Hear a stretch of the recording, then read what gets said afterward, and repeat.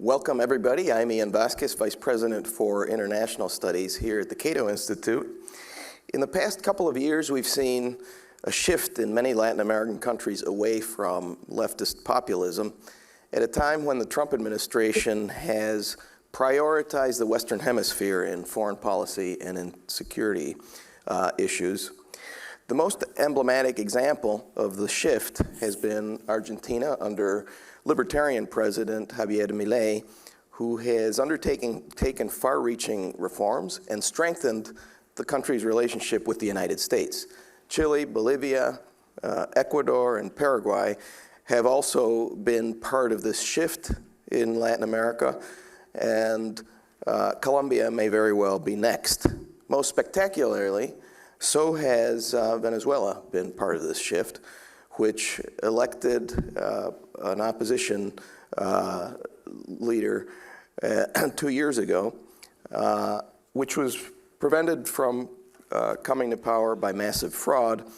And then the country saw, of course, the removal of the dictator Maduro by the US military, and now holds out a promise of transition to democracy and economic recovery. Has the time come for the dollar to play a bigger role in the region's efforts to stabilize its economy and achieve growth? Specifically, should countries with a history of bad monetary policy, like Argentina, like Venezuela, officially dollarize their economies? And in a sense, Latin Americans have already answered that question, since the dollar is already widely used, although informally. Milei himself proposed dollarization as his main economic proposal during his presidential campaign, although he has delayed its implementation so far. And 3 countries, El Salvador, Ecuador, and Panama, have long had officially dollarized economies. It's my pleasure to be able to host this panel today with eminent experts who will discuss exactly what they mean by dollarization, what benefit it can have for Latin American countries and the United States, how the reform could be implemented, and how indeed it has worked out in practice. I'll introduce them first, and then we can begin a discussion. Joining us from Stanford University is John Cochrane. He is the Rosemary and Jack Anderson Senior Fellow at the Hoover Institution, which is part of Stanford University. He's written numerous books on monetary economics and finance. He is the author of the Grumpy Economist Substack, which I encourage everybody to read. He is a professor of finance and economics at Stanford. He's an adjunct scholar at the Cato Institute. He holds a lot of other very prominent positions. And he has been a professor of finance at the University of Chicago Booth School of Business. We are also waiting to have David Malpass join us remotely, though there seems to be some. There he is. Hi, David. David Malpass is another one of our panelists. He was, of course, the president of the World Bank. He has been Undersecretary of the Treasury for International Affairs under Donald Trump. He was Trump's economic advisor during the 2016 presidential election. He has been Deputy Assistant Treasury Secretary under Ronald Reagan, and he was, for many years, the Chief International Economist at Bear Stearns. And he currently is the Distinguished Fellow of International Finance at the Daniel School of Business at Purdue University. And finally, joining us today from Argentina is Emilio Ocampo, who is a professor of finance and economic history at the UCEMA University in Buenos Aires. He has been a professor at Stern School of Business at New York University. He has written extensively on dollarization, a couple of books in Argentina on that topic, and he is the author of a Substack on dollarization in Argentina. So welcome, everybody. I thought I'd begin with you, John. You've written in favor of dollarization, and I guess I should begin by asking, what do you mean by dollarization, and what do you see as the main points in its favor. Thank you. Yeah, I'll disclaim that I'm the general purpose economist here with a focus on the fiscal roots of inflation. I thank Argentina for providing so many episodes to prove that true. But I'm not an Argentina expert, and so your job is to help us that. So I'll start with the general picture here. Money is just a measure of value in the end. And so we should all be part of the meter zone. Yes, that means the US. Why should we use different standards of weights and measures? And it's probably a bad idea every time there's a recession to shorten the meter a couple of centimeters to kind of help out the lumber industry so it can deliver shorter pieces of wood, right? That you wouldn't want to do that. And so using the same stable standard of value everywhere is a good idea. So that's, what does dollarization mean? We all use the dollar in Argentina the same way we use it in the US. And then we got to talk about some central bank and banking issues. Now, why not? That seems like a wonderful idea. What's the argument against it? And the main argument goes like this. Suppose you're Argentina and you export beef and you import cars. Except I just found out that you don't import cars. You should. But we'll pretend that you import cars. So what happens if the price of beef goes down around the world? Well, now you got to ship 10 cows for every car instead of 5 cows for every car. Terms of trade have gone against you. How are we going to do that? Well, if you just use dollars, what happens is you ship 10 cows, you get half as many dollars. You have to pay your workers less, and the workers go off to the car dealership, and they say, I have half as many dollars. I can't buy as many cars as I used to. That's unpleasant. The other possibility is you have pesos, and you let the currency depreciate. Now the beef exporter gets the same number of pesos. He gets to pay the worker the same number of pesos. The worker goes off to the car dealer, and he says, caramba, sorry, I don't know any Spanish.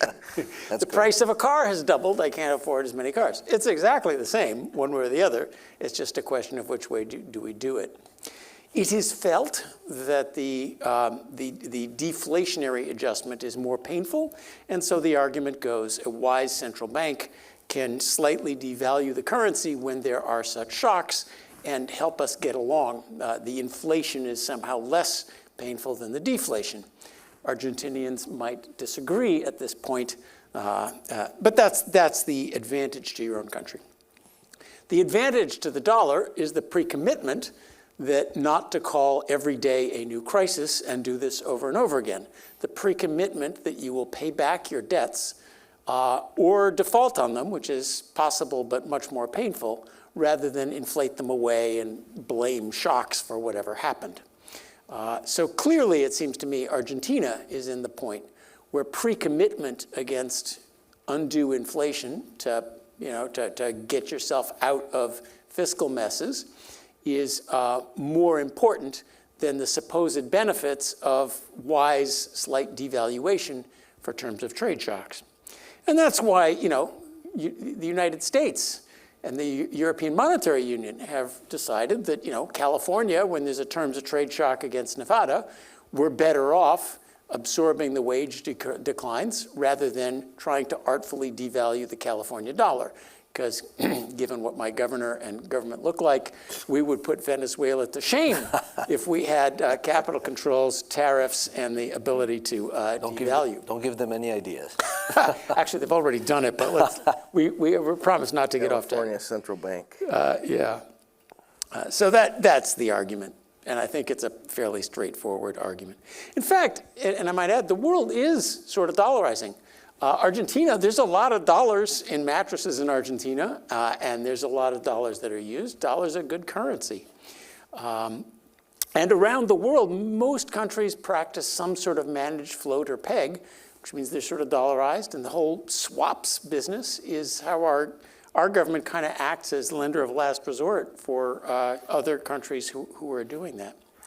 I would say, for Argentina, you want to hook yourself to something big, widely used, and stable. I wish I could say that the dollar was as well managed as it should be. Maybe you should hook yourself to the Swiss franc. Or there is a proposal for a Latin American European monetary union. Maybe that can provide a currency that is more stable than the dollar. As you look at our debt situation, I hope that people who dollarize are not grabbing onto a sinking ship. But for the moment, the dollar is the best option, and that's why the dollar. So now we get to the, well, how do you get there? And I'll be short, because I think I think I've made such a devastating argument for that's where we should go, that getting there is the important issue. The main worry, of course, is that if we announce dollarization, the peso will become instantly worthless. I think that's the main worry, and that the few Argentinians who sit around and hold pesos, as opposed to those who have dollars stuffed in the mattress, will be hurt by it. A secondary issue, of course, what about the banks? So there's a concern expressed that there won't be enough money around. There's so many dollars in Argentina already. I don't think that's a problem. So I would argue for, first, just let it happen. You don't need a big plan. Start with remove the existing controls on the use of dollars and allow people to use dollars. How many pesos are really outstanding? If you're really worried about the peso crumbling the minute you liberalize, well, how much of a hole is it? Here I'm gonna ask the question soon, what is the total outstanding monetary base? Last time I looked it up, it was about 20 billion, just about exactly what the US poured into Argentina.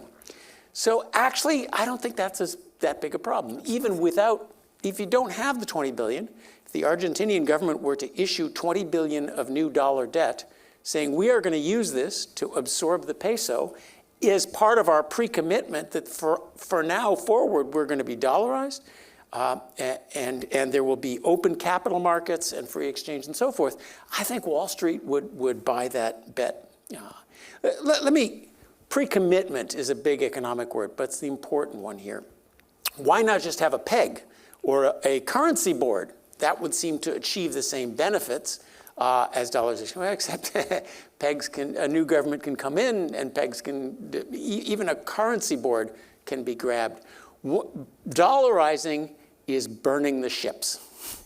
Once you've dollarized, you can't go back. Well, you can. You have to undollarize, try to force people to hold your own currency. It's just a huge thing. So you've burned the ships down to the rowboats if you dollarize. So it's a pre-commitment that you cannot go back, as well as a pre-commitment not to easily inflate. So that's the big advantage of dollars. The banks, now, once you have dollarized, you cannot be lender of last resort that prints up pesos to bail out banks.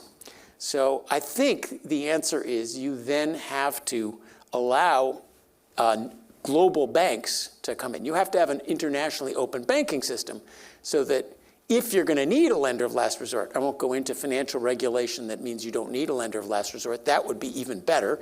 And if my dogs were named Mises and von Hayek, I might do that too. But you need to solve this lender of last resort problem. And allowing totally open international banking is the easiest way to do that. I will not go on with other practicalities because I think that's what you're supposed to ask me questions about. But go, dollarize. Thanks. Okay, so you've laid out a lot of the big picture and a lot of ideas there.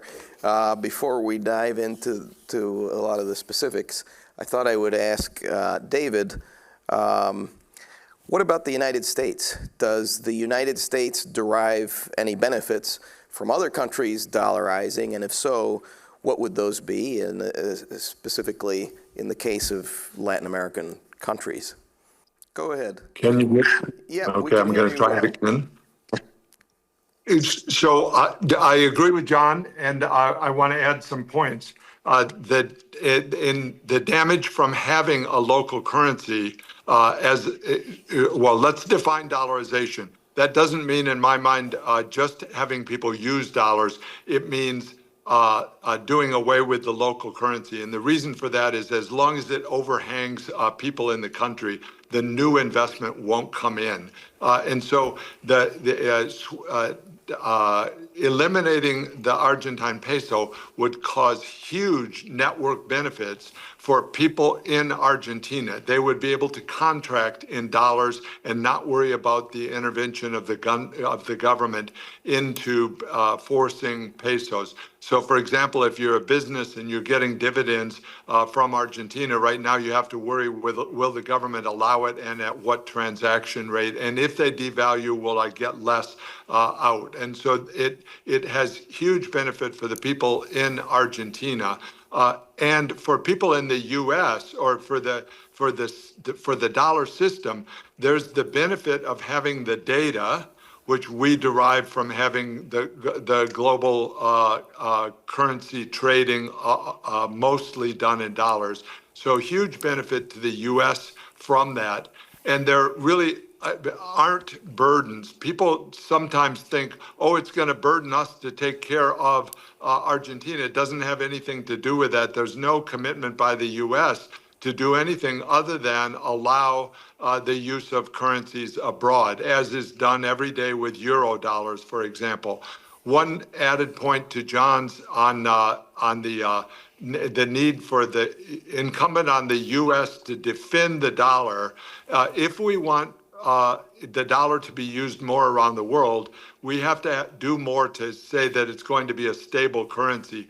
John mentioned the Swiss franc, which has done better than the dollar. Even the Chinese currency since 1993 has done better than the dollar. They initially introduced the yuan at 8.3 per dollar, and it's stronger than that now, and it's lasted for a long period. And so their selling point for people around the world using the Chinese currency is that it's stable, and they have a formal policy of stability for the Chinese currency. We could do that in the U.S. and immediately have benefits.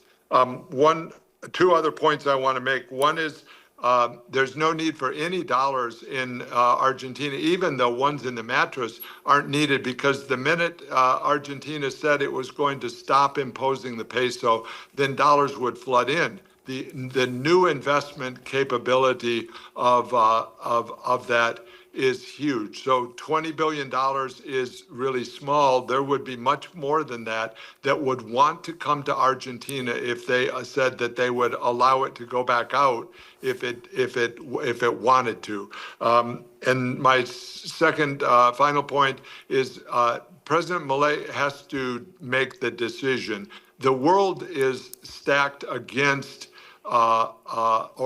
it's stacked in favor of local currencies. The elite in the country benefit from it. The central bankers benefit from it. The IMF benefits from it. And the U.S. Treasury benefits from it from a staff level. And so the decision point has to be Milei saying, I want to fulfill my campaign promise, and it's very clear that the alternative is not working. Argentina is sinking, and in my mind, 90% of that sinkage that's going on in Argentina right now is due to the existence of the peso and the pall that it puts on all businesses in Argentina. So if he said that he was going to complete the elimination of the peso, money would flood into Argentina and his program would start working. Thanks. Needless to say, a stable Argentinian economy would benefit the United States as well. It would also eliminate the worry on the part of the United States that there would be these devaluations that affect any trade between Argentina and the United States, for example. And in the case of Argentina, farm exports play a big role politically as well. Thanks. And I'll expand. I should have said that. And thank you, Ian, for adding that in. And if we look at critical materials, if what the U.S. wants is a deeper supply chain that gives some alternative to China as the supplier, one of the best things we could do, and we could do it tomorrow, is be supportive of foreign countries allowing use of the dollar and stopping the imposition of their local currencies. So in Venezuela, if what we need is huge amounts of money to develop the resources of Venezuela and lift the people out of poverty, the single best thing would be eliminate the bolivar and allow dollar contracts. Same in Argentina. Argentina, they have huge resources that would be available to their people and to the world. We'd all benefit. Thanks. Thank you. Emilio, we're going to talk about Argentina, but there are actually countries that have many decades, and in the case of Panama, over 100 years of experience with official dollarization. So my question to you is, how has that actually worked in practice? Good question. There are 3 countries today that have the dollar as their legal tender currency. One is Panama, which actually has 2 currencies. It has the dollar and the Balboa, but the actual transactional currency is the dollar. Ecuador and El Salvador. Panama has done extremely well. It's one of the, I would say, top performer in Latin America. And if you look back the last 30 years, it's probably the fastest growing economy in Latin America. And some people may argue, well, Panama is a special case. They have the canal, et cetera, et cetera. But despite that, that could be, you could make the argument that Venezuela should do extremely well because they sit on the largest oil reserves in the world, and they haven't. So having a good resource does not necessarily mean that you're going to use it properly. There's something called the natural resource curse, which is not necessarily applicable to a transoceanic canal, but bottom line, Panama has done extremely well and has one of the highest GDP per capita in the region. They've been extremely resilient. They don't have a lender of last resort. They have a banking system that is larger than Argentina's, okay? So it's an economy that is 1/5 the size of Argentina with a financial system that is as large as Argentina. Ecuador is a country that is 20% the size of Argentina, and it has a banking system that is roughly the same size as Argentina. And it has credit to the private sector that is a multiple of Argentina when you compare it in terms of GDP. The private credit to GDP in Ecuador is about 60%. In Argentina, it's less than 15%. So there's no way that one of the advantages that you see in these dollarized countries is that what the general people have benefited from dollarization, and that has been the main reason that it has lasted for so long, both in the case of Ecuador and El Salvador, because people now can access long-term mortgage loans that before were impossible to get. You can get a 20-year mortgage in Ecuador and in Panama and El Salvador, and that's something that is impossible in Argentina. So to some extent, dollarization is an equal opportunity type of measure, because the people who benefit the most in these countries from dollarization are the less advantageous, or the people in the lower income scale. Because the reality is that in most Latin American countries, the elites are dollarized.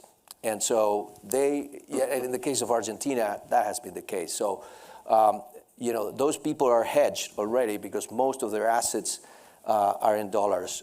In Argentina, by the way, going back to something John mentioned, and I'll go back to the rest of Latin America, the amount of dollars people have is a multiple of the amount of pesos. I mean, it's like 4 or 5 times the amount of dollars to pesos. So people have made a choice. But going back to Latin America, you see all sorts of things. Panama has done extremely well. You cannot make the argument that Ecuador and El Salvador have been the top performers, but that's not the right question. The question is, how would they have done without dollarization? And for example, in the case of Ecuador, you can make the argument, actually many Ecuadorians, and I'm not an expert on Ecuador, I learn something about Ecuador every day, but most Ecuadorian economists tell me if we didn't have dollarization, we would have ended like Venezuela. So that's the counterfactual that you have to take into consideration. So one thing that is very important is, if you have deep structural problems, dollarization is not necessarily going to solve those problems. It may help you solve those problems, because giving you stability makes you focus as a policymaker more intensely in solving issues. So I would say that the general balance is good. If you look at, let's compare Ecuador and Argentina, for example. Ecuador, in the last 20 years, they had an inflation rate of about 3% on average, and GDP per capita growth has been around 1.5 or so percent. Argentina had an inflation rate of 30% on average and a GDP growth rate of less than 1%. So clearly, although you cannot put them at the same level as Panama, they've done extremely well compared to countries that are very unstable, like Argentina has been. So I think the general balance, I would say, is very positive for dollarization. John, I see you making notes. If you want to comment, weigh in at any time. Okay. I always have a list of notes. Let me just add a couple. I think the process of dollarization, the banking system is an important part of this question. And my understanding is Argentina, people don't trust banks. Don't. Because even if they trust the banker, the government can grab. They don't trust the government. Yeah. Because the government controls the banks at the end. And if you had a dollar account at an Argentinian bank, that might sound great, except that could be forcibly converted to pesos at any moment. So getting to have a reasonable economy, you know, a functional banking system is important. Now, how do we get there? One, I already made my pitch for allow international banks and remove capital and exchange controls, which dollarization kind of forces you to do. And think about that. This is another great pre-commitment of dollarization. Why are there capital and exchange controls? To prop up the peso. Once you're not propping up the peso, there's really much less reason for capital and exchange controls. I mean, so that allows you to open up the banking system and to let international banks come in, which I think will be much more trustworthy. So stable coins are an interesting thing going on now. And I'm worried about banks anyway. Narrow banks, stable coins are a way of instituting a narrow bank. You have a dollar, which is backed 100% by short-term treasuries, can't fail. Our Fed won't allow us to have narrow banks, so we invented stable coins instead. They might be very useful in Argentina because those dollars in mattresses are kind of dangerous. So some institutional way of having dollars, that will help a lot to get around a banking system that doesn't work. But there's a business opportunity here too, which is to become the new Cayman Islands. So once you're fully dollarized, fully open, pre-committed to openness, just a couple regulations there. You want dollars coming in. Argentina, it could be a wonderful international financial sector. And I just want to, David, that was such a great comment. David knows about what goes on inside the alphabet soup of international organizations who have a huge amount of intellectual and human capital wrapped up in the conceit that they have any idea how anything works and are there to micromanage everything. And that makes it much easier for them if there are national currencies. You know, the IMF is there to help prop up national currencies. No national currencies, what are they going to do all day long? So that is something we have to be aware of at least. They're honest people, but they do talk their own book, as all of us do. You know, and the experience and the arguments for dollarization I find, of course, very compelling, and yet there is this resistance from the special interest groups that you just mentioned, but also we hear some arguments, like in Argentina, that, of course, the root of the problem has been bad fiscal policy, and that's what ends up leading to the monetization and the high inflation and the instability. But if we just fix that, then there's not really any need to get rid of the peso, get rid of the central bank. Then you've solved the problem, and you can keep your lender of last resort. You can keep your ability to sort of fine-tune things. What about that argument, guys? Well, I think it's a bogus argument, frankly. Argentina, for example, doesn't have a lender of last resort. The only lender of last resort that we have is called the IMF. That's the bottom line. The Argentine central bank cannot print money without, fueling inflation. So there's a funny idea that you have a lender of last resort. And until 3 years ago, before Milei came in, I used to say that instead of being the lender of last resort, the central bank was the first borrower of the banking system. So the biggest borrower in the entire system was the central bank. So you can't be a lender of last resort when you are at the same time the biggest taker of funds from the system. So that argument, I think, that in my view doesn't fly at all. There's all sorts of interest groups that want to keep the peso. I mean, in Argentina, the peso, we have to remember, the peso is necessary for, sometimes I explain that Argentina is a bifurcated economy. We have a legacy economy that is the legacy economy we inherited from the experiment, the corporativist experiment that Perón started in the mid-40s, and it's inefficient, it's protected, it doesn't generate employment, and it condemns Argentina to stagnation. But that sector of the economy is still very big. This is very different in the case of Argentina than in the case of Chile. We need to have an economy that is competitive and fully integrated with the rest of the world. And what we have is an economy that has within itself a sector that is completely inefficient, and then another sector that is integrated, is productive, etc. And the inefficient sector needs the peso. The peso is like the pressure valve. It allows eventually to devalue, because otherwise the system doesn't work. So it's sort of the oil in the machine, the oil in a rusty old engine that cannot work, and you have to keep throwing this oil to make it work. So the peso is essential for the survival of the system that condemns Argentina to stagnation. So I think it's extremely important to eliminate it. And the argument that, well, it's all about fiscal, or like the IMF, it's mostly fiscal. The problem is, yes, and John is the expert on that, but the question in Argentina is that, and Milei always says, look, we're the first government that in 100 years, we had 2 consecutive years of surpluses. Well, exactly, history weighs. I mean, you cannot deny history, and that's the problem. If Milei, we were sure that he would be in power for the next 100 years, then we would be sure that we would have some sort of fiscal orthodoxy. But we know Argentina, we know Argentinian politicians, and we know that Argentina has this particular economy that is very different. You cannot compare Argentina to, as I said, Peru or Chile or Brazil. I mean, Argentina, for example, we have 46 million people. We still manufacture cars in Argentina. And we clearly do not have a competitive advantage in manufacturing cars.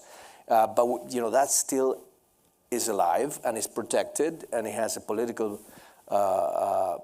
power, and the lobby is very strong.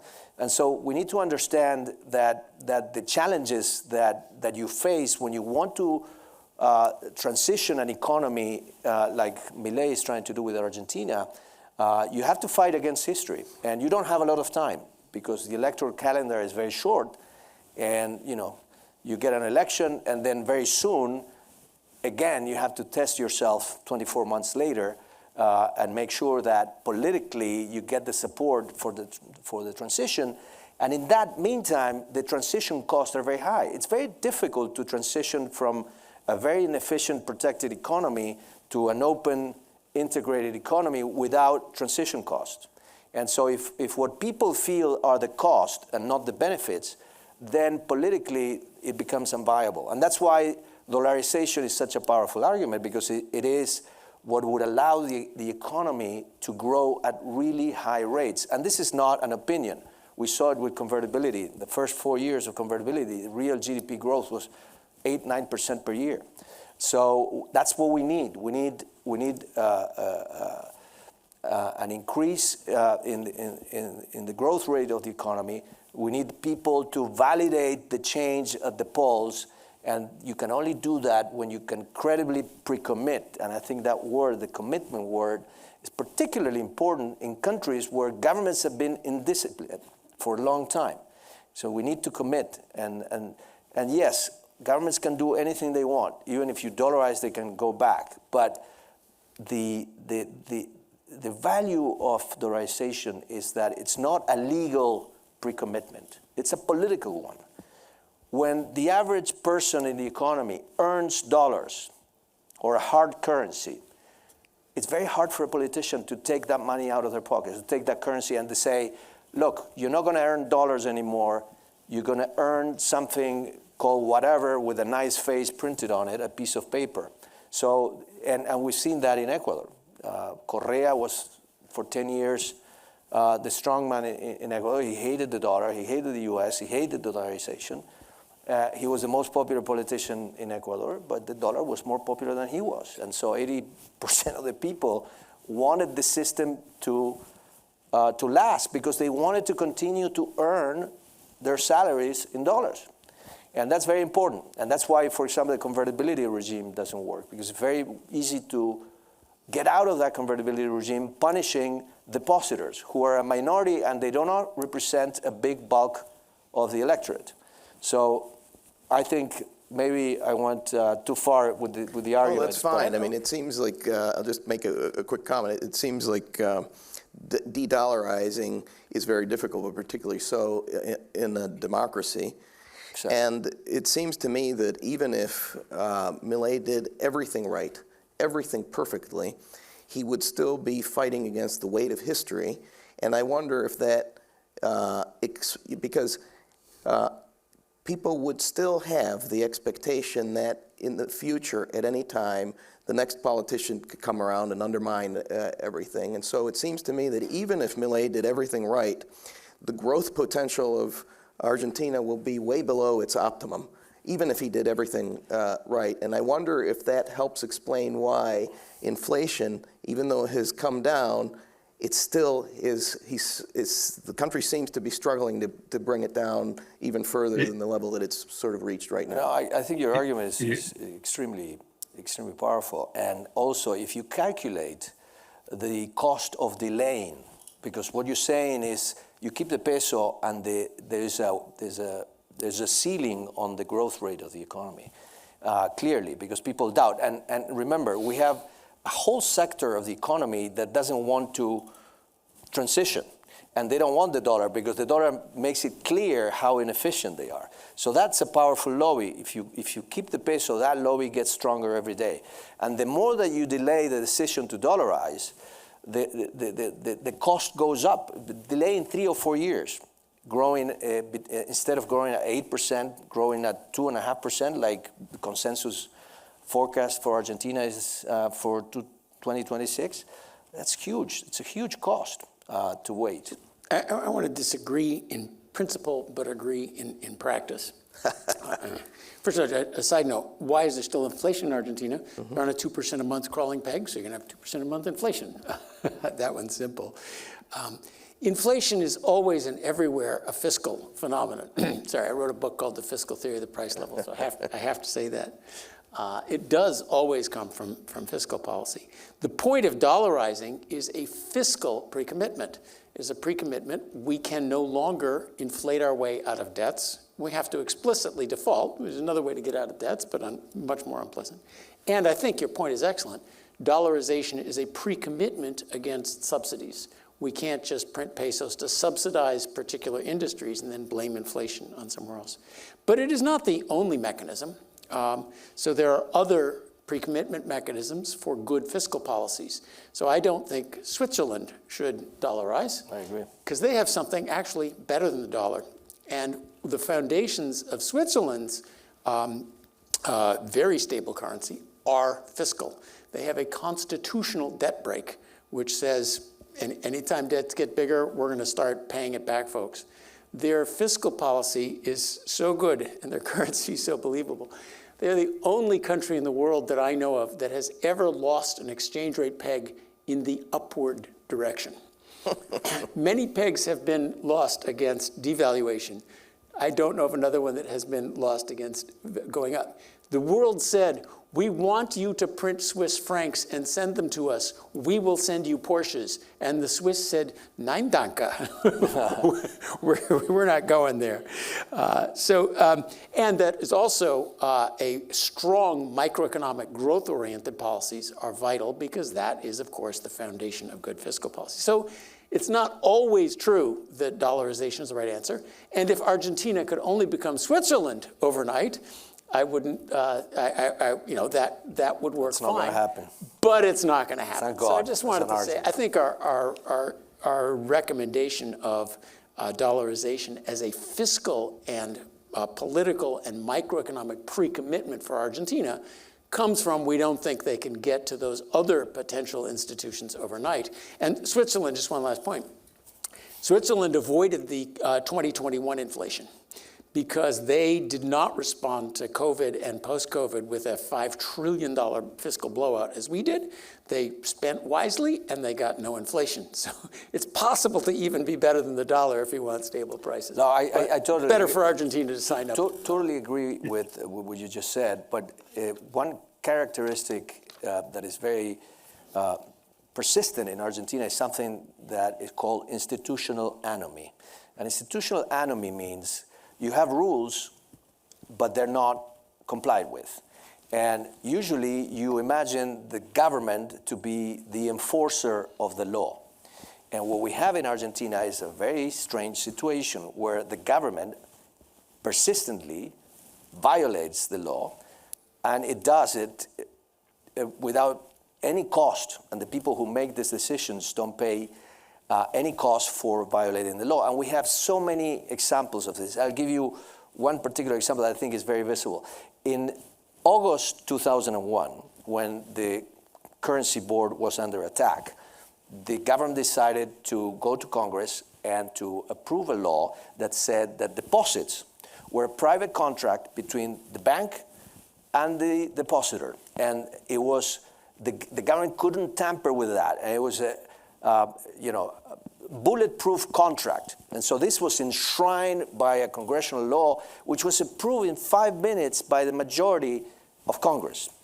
This was August 2001. Well, what happened in January 2002, less than 6 months later?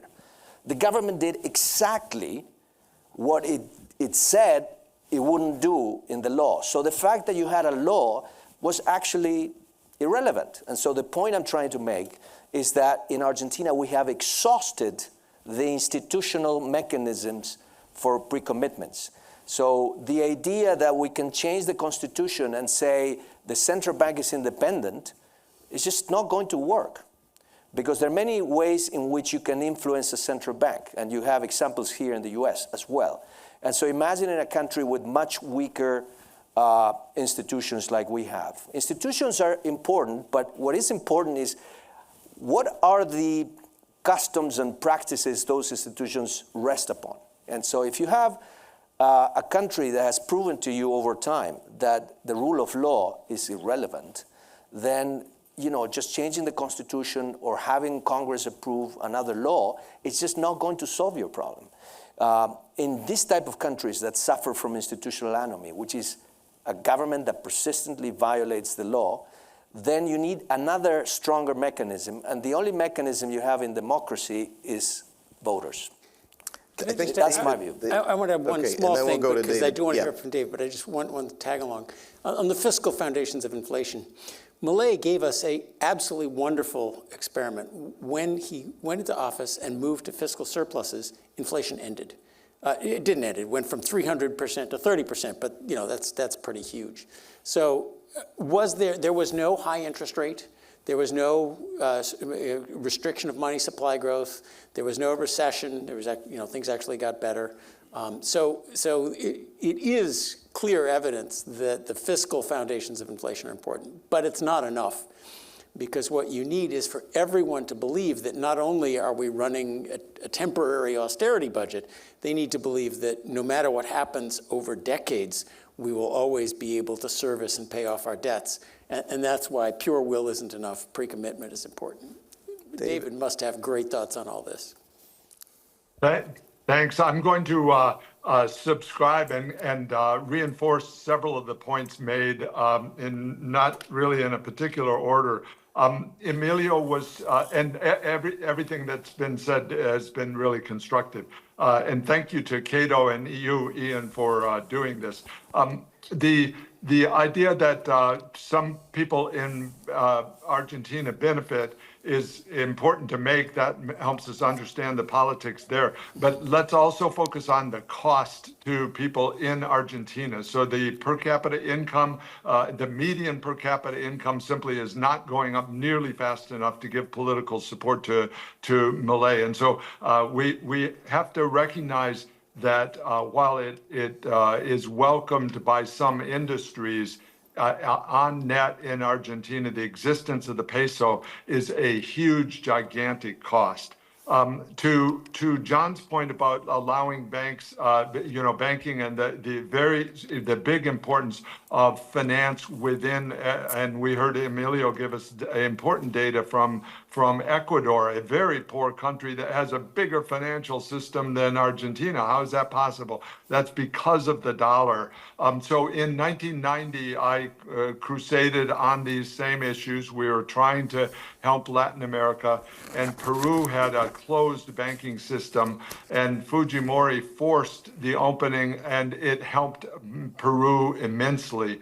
Bolivia, on the other hand, did not do that, and so they struggled under a closed banking system. So as Bolivia is changing now, we have to also think about the upside potential for people within Latin America. If Argentina it stopped the peso, I think we would see other countries do that. And so there would be compound benefits, not only to the U.S., but mostly you would start having airplanes fly between countries in South America, which they don't do. And, everyone has to route through Panama City or through Miami. And you would all of a sudden have exchange going on within South America, which was the original dream after all. So having Argentina lead on that would be immensely valuable. I want to mention and reinforce two costs of having the peso. One is contracts are not trusted and are not able to be enforced because you always have the risk of them being interpreted. And so, but on paper, people in Argentina can do dollar contracts. But if you're an investor, an Argentine thinking of bringing their money back into Argentina, you don't do it.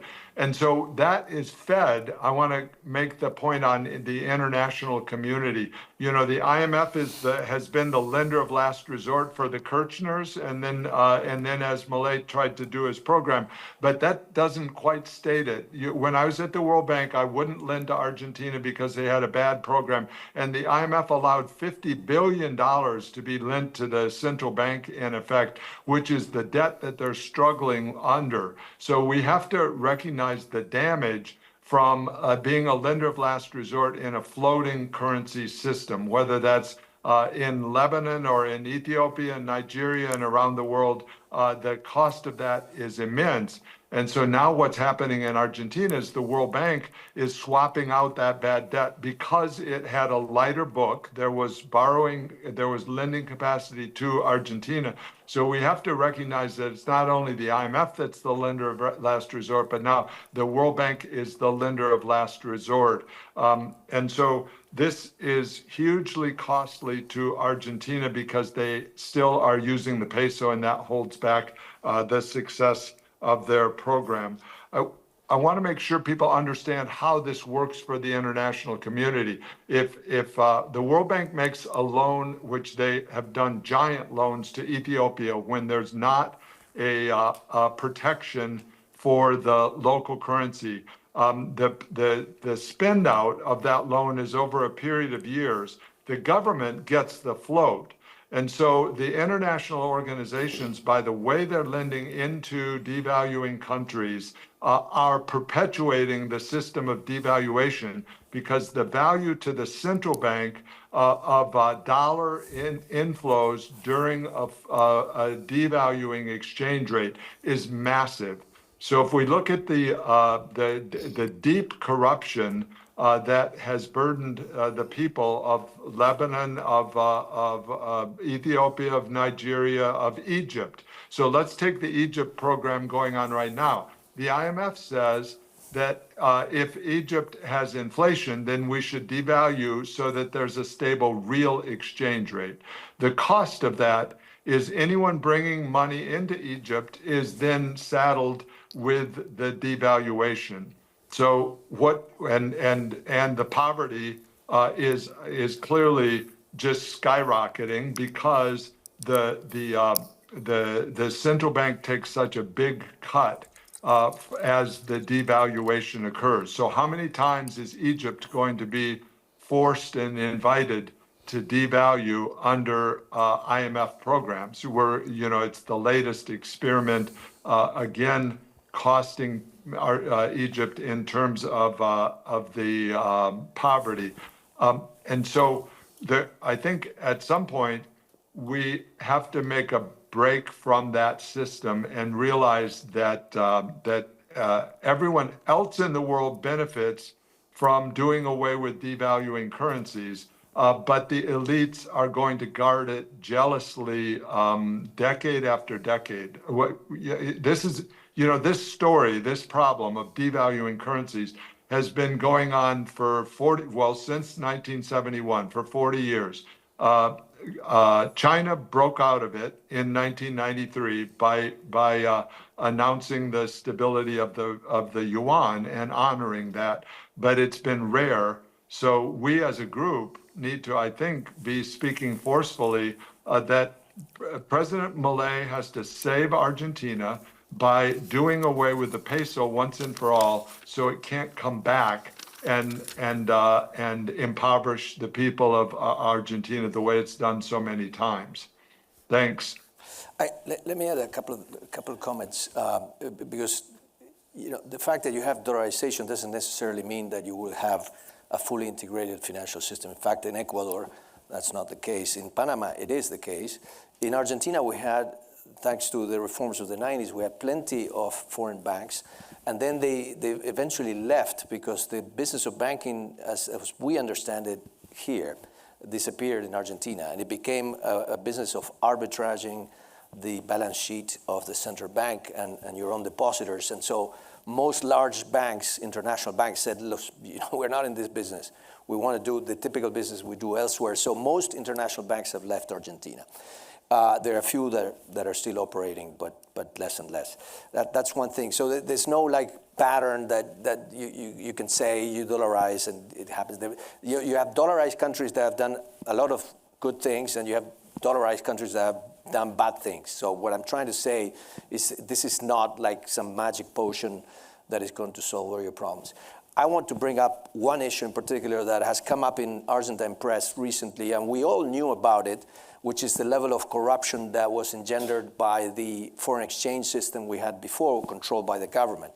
The previous government, the Alberto Fernandez government, within the central bank and the Ministry of Economy, they had a system that basically siphoned billions of dollars because they provided people dollars at the exchange rate. So let's say the official exchange rate was 100 and the free market exchange rate was like at 250. You could get dollars at 100, then turn around and sell them in the market and make a huge difference. The scandal is huge in Argentina, and it's now beginning to be uncovered. But this is one other cost of keeping this fantasy of the peso. And Steve Hanke has pointed out many times is that the cost of propping up the peso in Argentina has been huge. Because to prop up the peso, we artificially borrow dollars from abroad to keep an exchange rate that is obviously not an equilibrium exchange rate. And those dollars eventually leave the country and they go somewhere. You were talking about before about full reserve banking or something. We have something very funny in Argentina, which is banks provide safe deposit boxes and people actually stash their dollars in safe deposits. We have 100% reserve banking, except those dollars don't go anywhere. They're kept. I don't think there's any country in the world that has more safe deposit boxes in the banks as Argentina. And we don't know because obviously we don't know how much money there is in there. But like 10 or 15 years ago, the daughter of Cristina Kirchner, they found that she had $4 million in a safe deposit box. So just to give you a sense, so there are many things that we need to take into account here, but we need to understand the cost of propping up a bad currency like the peso is huge for the Argentine people. Yeah. Ian, just to reiterate the corruption, if an international financial institution lends into Argentina right now before the devaluation, the incentive to devalue goes up because that institution, whoever's holding the dollars, makes money from the devaluation. So in Ethiopia, if the World Bank lends in dollars, there's a huge incentive for the central bank. I'm talking billions of dollars of benefit from a devaluation. And the cost to the people is in terms of their real wages go down instantly when the devaluation occurs. So that's occurring over and over in the world on the kind of theory from the IMF that the people have to be kept competitive through poverty. Thank you.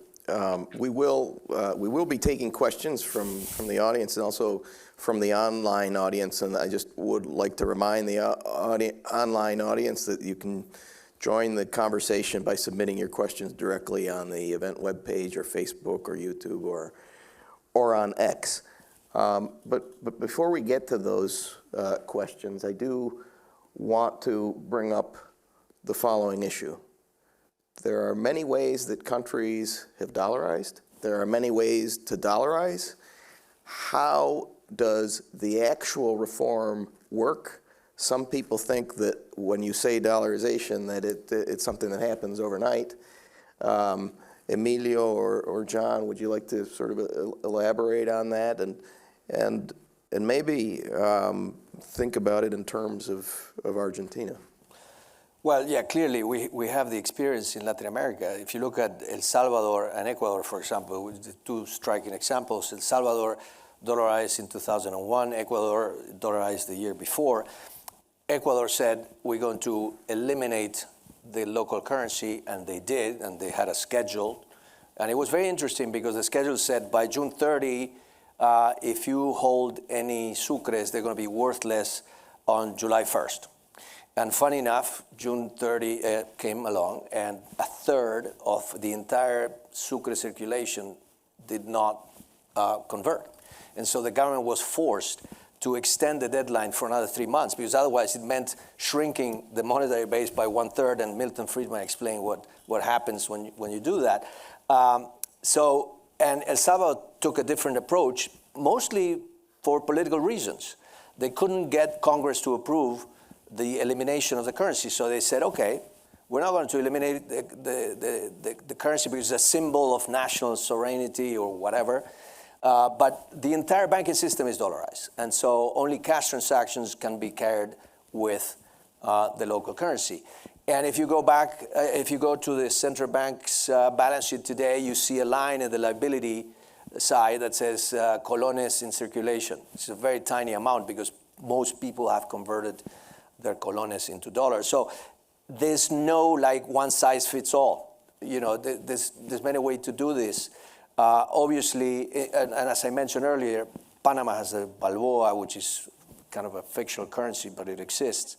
And so it's very important to highlight something that has to do with freedom. I mean, some people may get the wrong notion that in a country like Argentina, to proceed with official dollarization is to impose a currency on the people that the people don't want.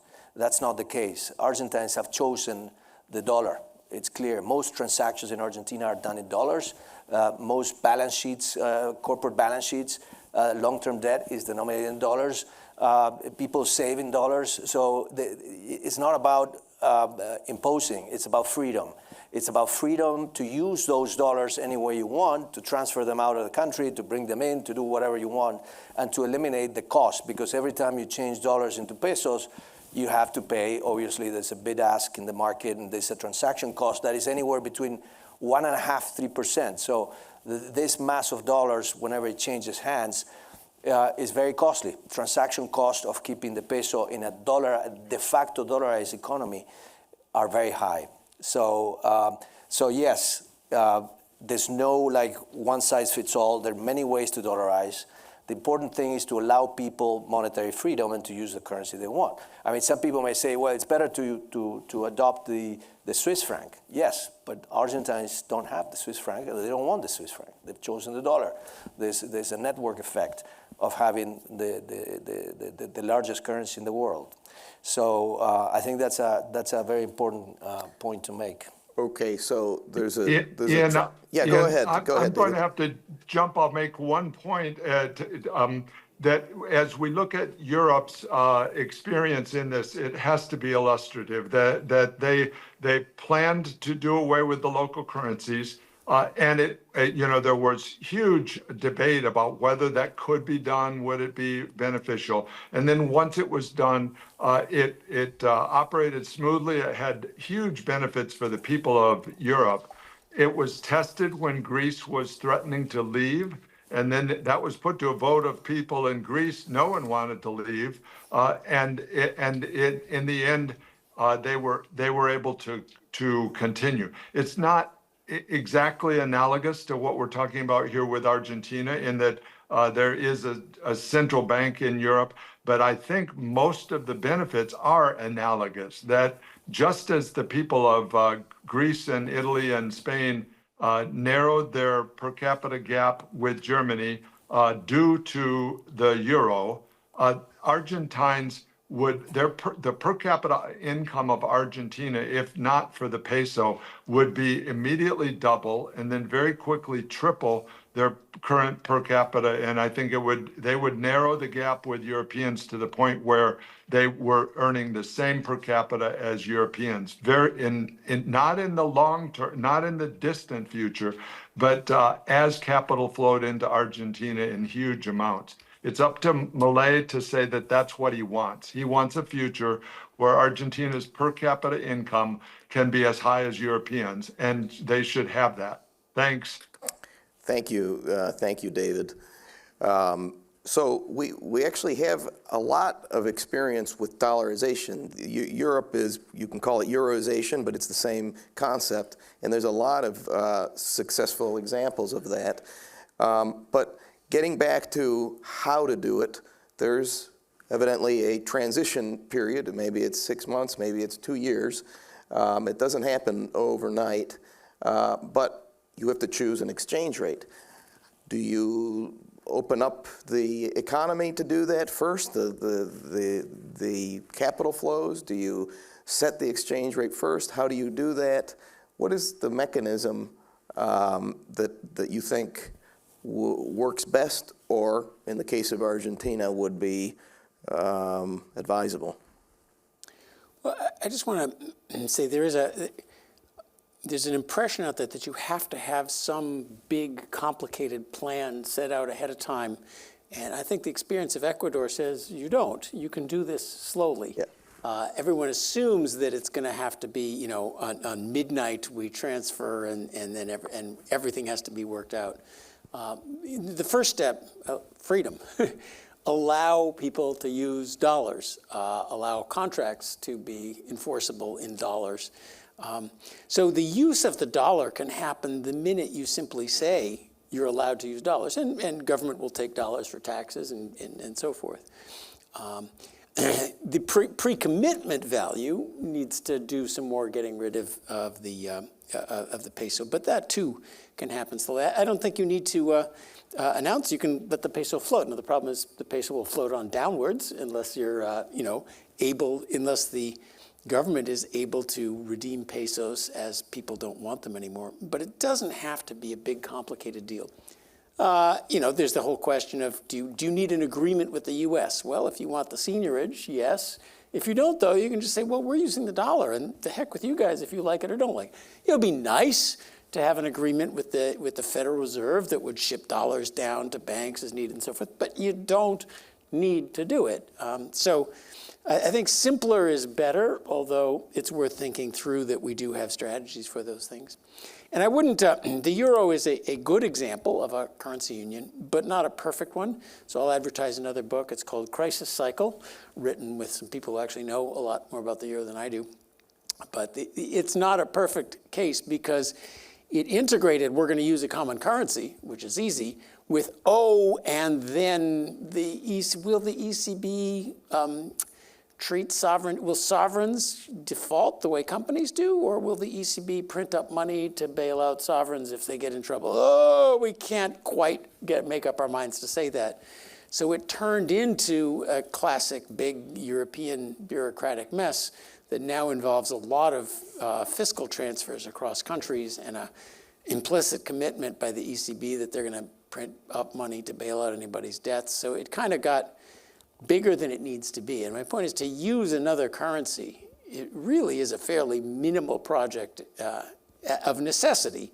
And then, better plans are better. But no, I agree with I think that the only difficult part with dollarization, I say this having spent quite a bit of time designing a proposal to do it in Argentina, is legal. There are a lot of legal aspects to it that you need to figure out. And then if your banking system is very distorted due to regulations, and for example, the liability side is saddled with bad credits, for example, credits to a government that spends too much, then you have problems on that side that you have to resolve. But the decision to dollarize is very easy. And in Argentina, for example, one of the things Milei did, which is very good, is he reformed the law so that you can enter into contracts in US dollars, which is a great thing. But that's not enough. You cannot pay your taxes in US dollars, for example, which are the most important item that you should be able to use your dollars to.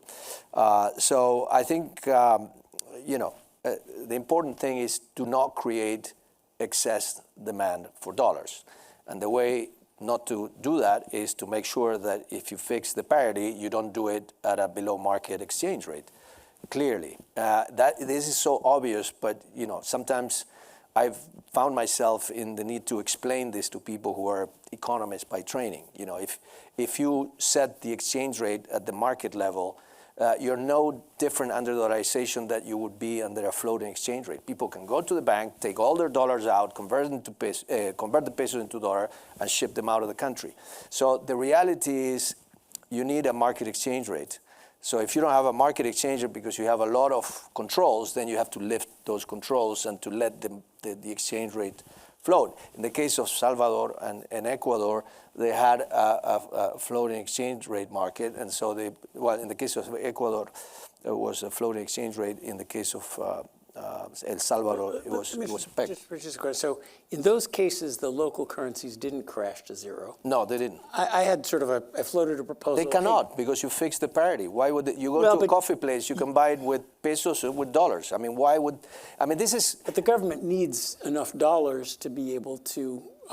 They fixed parity. They didn't have a floating exchange rate. No, they had a floating. Then they fixed the parity, and they said at this parity, you will convert all your sucres in the case of Ecuador. So the government had to have enough dollars to convert the remaining.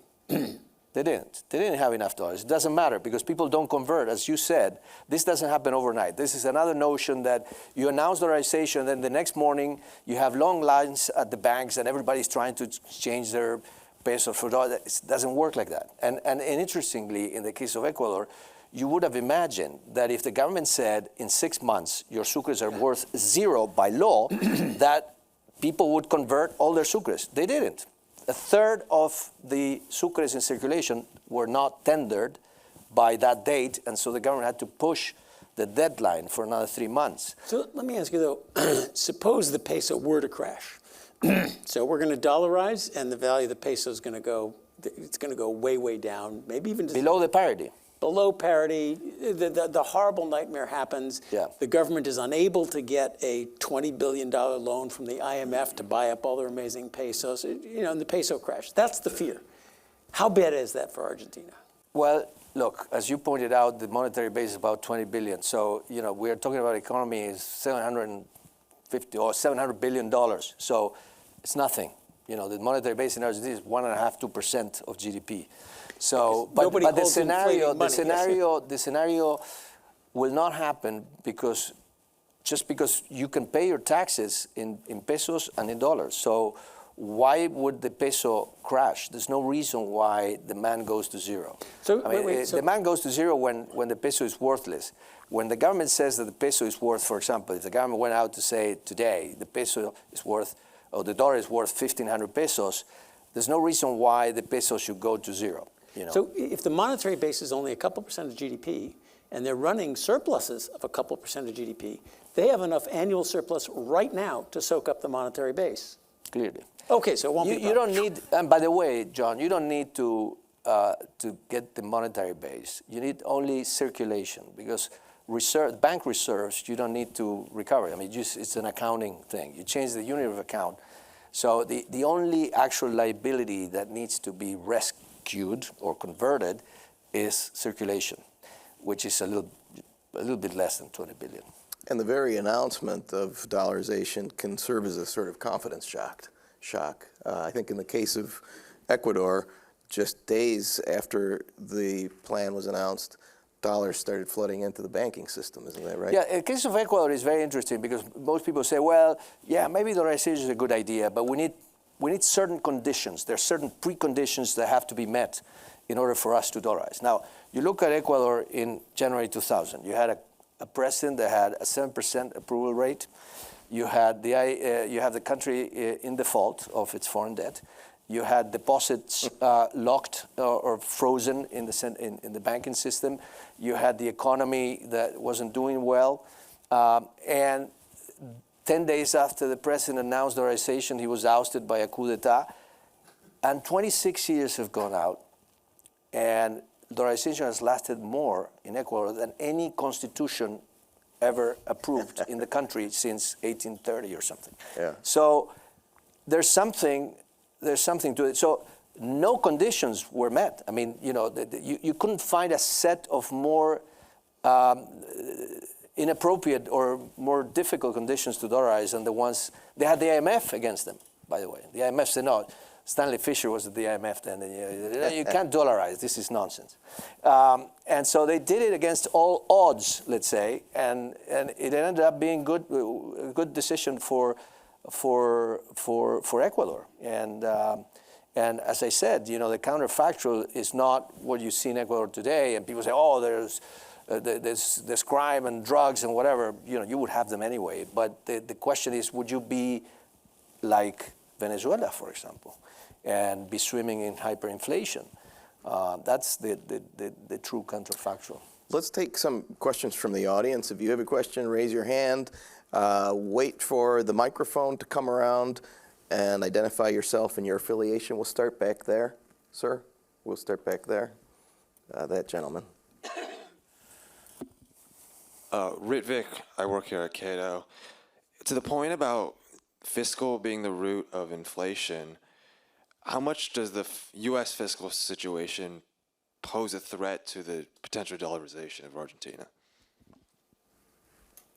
Do you want to take a bunch of questions? Or? Yeah, we could do that. Let's take one or two other questions. Who else has a question?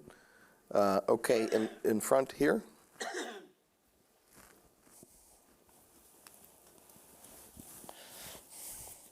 Yes, similar question, because I saw that the value of the U.S. dollar declined by 10% last year, which is kind of scary. For the U.S., dollarization is great because it helps finance our deficits, right? Is this actually encouraging bad behavior in the United States? And let's take one more. I think you had your hand raised, isn't that right? The lady in the middle there.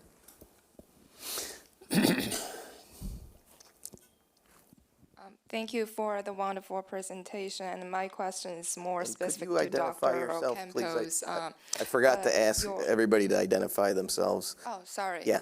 My name is Sharon Q. I'm a doctoral candidate from George Mason University. And so my question is for Dr. Ocampo. Do you think that dollarization will push Argentina's official economy, or let me phrase it another way? Do you think dollarization will push or deepen the informalization of Argentina's economy? I'm literally saying the informal exchange in black market and the underground economy for the dollars, because I think we somehow escaped or evaded a case study of Cuba. I understand this is talking about turning away from leftish populism, but Cuba already practiced legalization of dollar in 1993. By that time, they have the dual currency system. One is called CUC, another is CUP, peso convertible en moneda nacional. But Cuban people were paid for their national peso, and but the official economy was using the dollar, right? And so nowadays it's like $1 equals to 500 peso, which was crazy. And nobody used that casa de cambio, which is official sector. They all use underground exchange. And I was wondering, I'm sure Argentina is very different from Cuba. And but from my fieldwork observation, I was wondering, every formalization has a cost, and there is a possible growth in the black economy. Black market. I was wondering, what do you think about that? Thank you. Great. You want to? Oh, so I'll start with the last question. There's absolute no connection with the thesis that dollarization will lead to more informality. On the contrary, first of all, you should understand something. When we talk about dollarization, we have to distinguish between official dollarization, which is a decision by the government to adopt the dollar as legal tender, and de facto dollarization or spontaneous dollarization, that is a decision by the people to use the dollar as a currency. And spontaneous dollarization has 3 levels. You have transactional dollarization, which means that you use the dollar for actual transaction. You buy real estate, for example. In Argentina, all real estate is quoted in dollars and paid for in dollars. That's transactional dollarization. You have real dollarization, which means people use the dollar as a unit of account. So businessmen decide to price their services or the goods they sell based on the dollar and not on the peso. And the third one is financial dollarization, which is basically people use the dollar as a store of value. So the 3 functions of currency are spontaneously replaced by the people. So the people replace the local currency by a foreign currency, in this case the dollar. So there's no reason why the government saying from now on the dollar is going to be the legal tender for informality to increase. None whatsoever. Okay? In fact, you could make the contrary argument that having de facto dollarization and controlling the official currency leads to informality and black markets. And in fact, as I mentioned earlier, we have this mega scandal in Argentina involving billions of dollars. I mean, we're talking billions of dollars because it involved the entire, like all the imports that were coming into Argentina, you pay them with official dollars.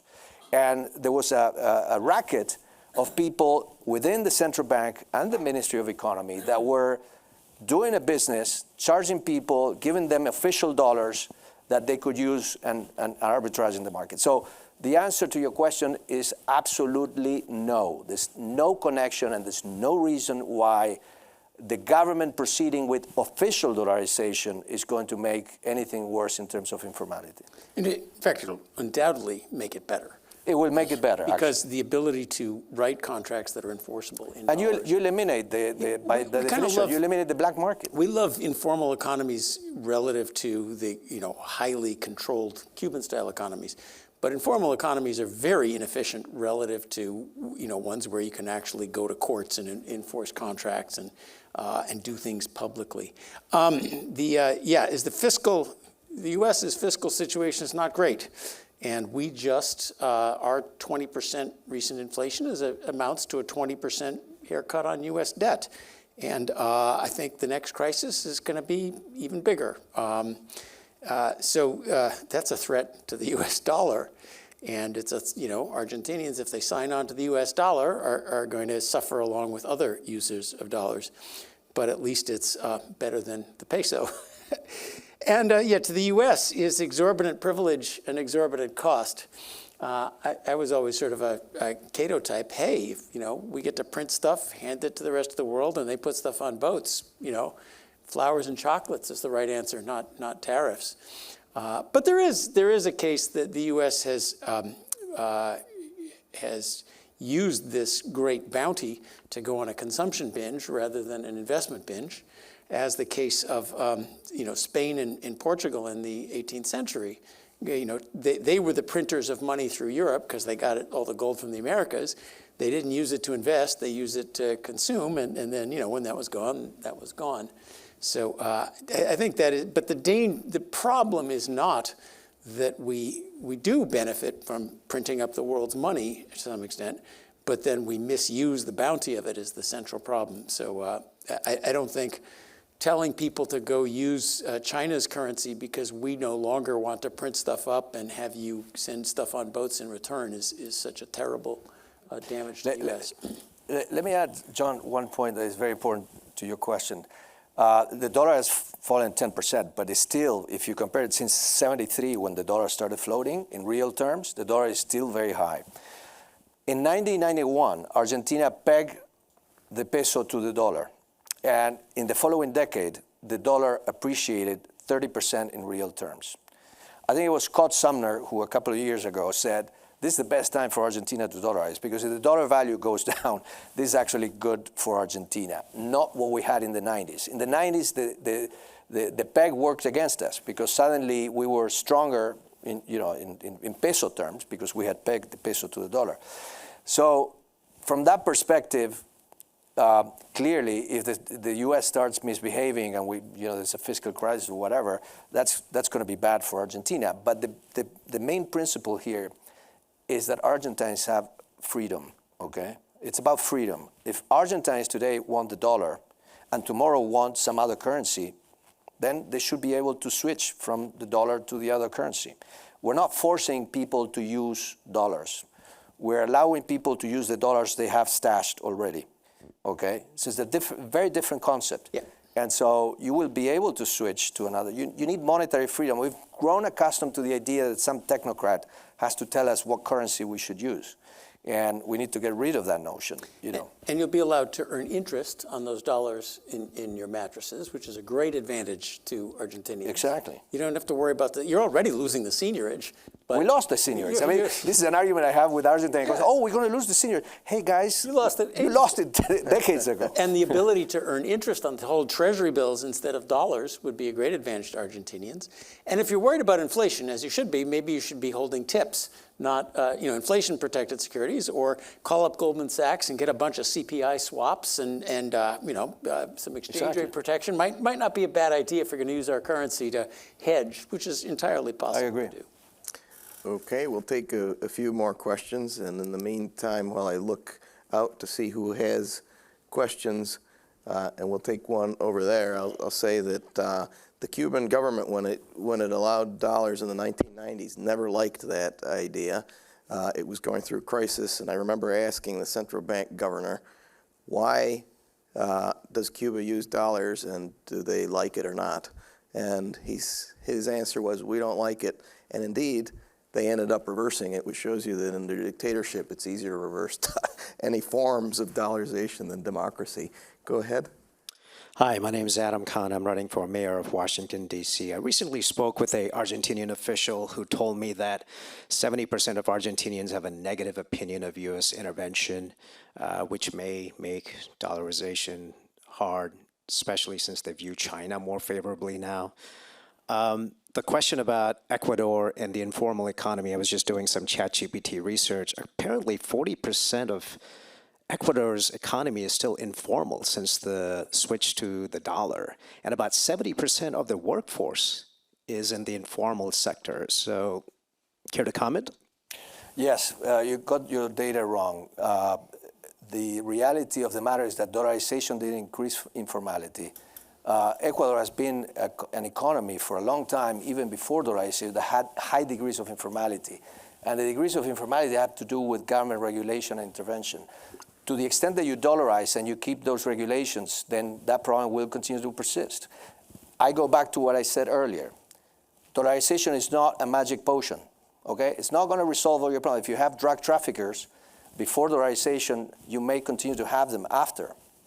Let's not ask use dollars. Let's not ask dollarization to do things that it cannot do. Dollarization is about giving freedom to people. Now, going back to your first point, where you said that people in Argentina are against U.S. intervention, is true. In fact, I would argue that Argentina is the country where the anti-American sentiment is strongest throughout the region.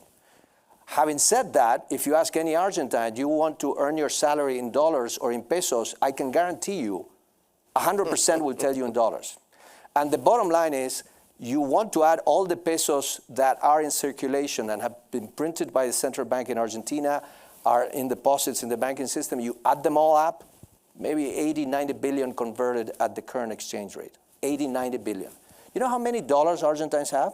And this is the official accounts. They have at least 300 billion. 300 billion, plus probably another 100 billion that is undeclared money. So this is a revealed preference. This is not about a pollster going asking, hey, do you like the US or you don't? No, that's not. I mean, reality is that people dissociate the dollar from the US. They can be totally against the US. I didn't propose dollarization because I'm in favor of the US. I propose dollarization because I'm in favor of my compatriots being able to freely use the currency they prefer. It has nothing to do with US foreign policy, you know? Half of Americans don't like our intervention. About 90% don't like our Congress, and yet we still, nobody's out there trying to hold pesos. Let's not mix things. You know, people need a currency. You know, as John said at the beginning, I think this is great. A currency should be a standard of value, and you cannot have that standard of value degraded by undisciplined governments like we have in Argentina. It's not. It's not a silver bullet that solves everything. By the way, let me make an historical point. The U.S. dollar came from the Spanish dollar. Okay, the Spanish dollar was the peso fuerte. They were the strongest currency in the world in the 17th and 18th century. It was a silver currency, and that was the basis of all the monetary systems in Latin America. The peso fuerte, and that 1 peso fuerte was equal to the dollar, and the reality is that in Argentina, in the 19th century, we were the champions of inflation. Okay, there's no country in Latin America that came even close to Argentina in the 19th century. And you know what people did? They basically thought in pesos fuertes, which in Argentina didn't exist anymore because we had paper currency that was not convertible. But what I'm trying to say is the US dollar itself, you know, came out of the Spanish dollar, all right? And so we're going back to basics here. I mean, we want to go back to a currency, and as John said, and your namesake, John Stuart Mill, said 150 years ago, he said it's ridiculous that countries decide to choose the currency as a symbol of national pride. I mean, we should have only one currency. What's the point of having so many currencies? So anyway. We're almost out of time, but I want to just take just a couple of final questions. In fact, somebody wrote in, will dollarization hurt or help in the production and distribution of illegal substances? You don't have to answer that because I think you already did. Somebody else, Thorold Mushin, asks, what are your thoughts on dollarizing Chile, considering its low inflation and the UF mechanism, despite having 14 years of fiscal deficit? And we'll take one last question right here in the middle row here, and then quick answers. And please identify yourself. Okay, I'm Cesar Baez from Recent Magazine, and it's a question on Venezuela. So I believe that in Venezuela, people have freely chosen to use the US dollar, but also other currencies. If you go to the border with Colombia, you will find more Colombian pesos than US dollars. If you go to the border with Brazil, you will find more Brazilian reals than US dollars. And it's also, over the last decade, probably consistently top 10 countries per capita that have the highest adoption of stable coins and cryptocurrencies. So many economists and politicians in Venezuela probably have an idea closer to what I think John mentioned of the US dollar, probably in the future as a sinking ship. So my question is, how does the case for official dollarization stand in Venezuela and in Latin America more broadly against, for example, buying monetarism or simply allowing the free flow of currencies?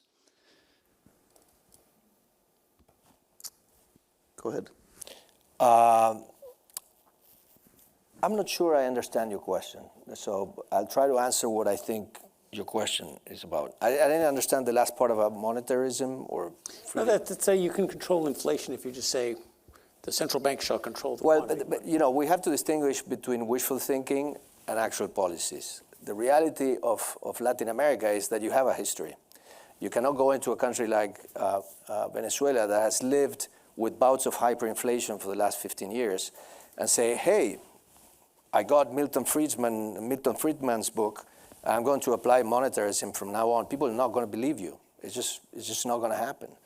And the problem you have with the reality of unstable countries is that it's like a dissociated personality. People choose the dollar. You have spontaneous dollarization, and then the government tries to impose its own currency, but people don't want that currency. Despite all the costs that the government imposes on people acquiring the dollar, people prefer the dollar. So that the transaction costs that are involved in that are huge. So those people are not going to change their mind. I mean, you know, having people demand a currency takes a long time and a lot of credibility. The main thing is credibility. If you cannot build credibility about a regime in which the government is not going to use the currency to finance deficits, then forget it. You have no option. You're not going to build a demand for a particular currency if you cannot provide that credibility. And the truth is that that credibility doesn't exist. And economists in general don't know how to build credibility because credibility is built over time with performance. And so you can come and make wonderful promises about how the future will look like, but people are not stupid. People know, you know, maybe this is true today, but tomorrow you may change your mind, or tomorrow there's going to be another government with a different set of priorities, and you know they will use the currency to finance the deficit. So it's not an easy answer. I mean, it would be ideal if I could say that in Latin America, all countries would be able to do what you're saying. In the case of Argentina, I can tell you, we have 200 years of monetary history. And out of 200 years of monetary history, we have 150 years of inflation or depreciated currency, and the remaining years of stable currency were because we either pegged to the dollar or we pegged to gold. So there's a history. You can't change the past, and people base their expectations to some extent on history. So anybody who comes and promises, you know, this is never going to happen again, you know, I think will face a credibility problem. I can do this one quickly. On the drug traffickers, does it help or hurt? You could make an argument either way that a more dollarized economy, it's easier for them to launder money, or that being more formal, you know, the U.S. sanctions and know your customer stuff can go there. But that's the wrong way to think about it. If the question is drug trafficking, then the answer is not dollarize or de-dollarize. So we have a bad habit in public policy of saying, will X policy help or hurt Y thing? Well, if that's the question, let's talk about the answers. And if the answers to drug trafficking have, you know, what you do with the currency is like number 110 on that answer. Being at the Cato Institution, I have to say, legalize the whole mess, and then you get completely rid of the whole criminal element, and you know, people want to smoke pot, well, that's their business. So Chile is a really interesting question because they are this foreign exchange issue that, you know, the price of copper goes up or down and they have to face internal devaluation or currency floating. I would still think that Chile, using the common currency is a better pre-commitment against fiscal and monetary mischief, though I acknowledge the thing. And you know, you should have more internal flexibility, the same way, you know, a town in the U.S. that has a copper mine, well, they have to have internal flexibility. So, you know, better hedging and internal flexibility can make up for that exchange rate thing, and then you get the advantages of it. And finally, yeah, on monetarism, this is the most important point. Inflation in Latin America, in Argentina, in the history in Chile, does not come from central banks who are either too dumb or too venal to simply say, oh, we need to control the money supply, raise interest rates, whatever it does to fight inflation. If you're the governor of the Central Bank of Argentina and the government is running huge fiscal deficits, there is nothing you're going to be able to do about it. Nothing. You can try as hard as you want, and eventually they're just going, here's the deficit, you print money to do it or else. So it doesn't come from a lack of correct ideology among central bankers. Completely agree. And even Milton Friedman, all of the cases he alluded to where high money growth caused inflation, almost all, came from governments that were printing up money to finance deficits, not from the bad will of central bankers. Thank you. And I think that's true in a lot of countries, not just poor ones. Yeah, welcome to the USA, everybody. I'm afraid we've run out of time, but I want to thank our panelists, John and Emilio and David, for joining us, and thank you all for joining us. And please help me thank our speakers today.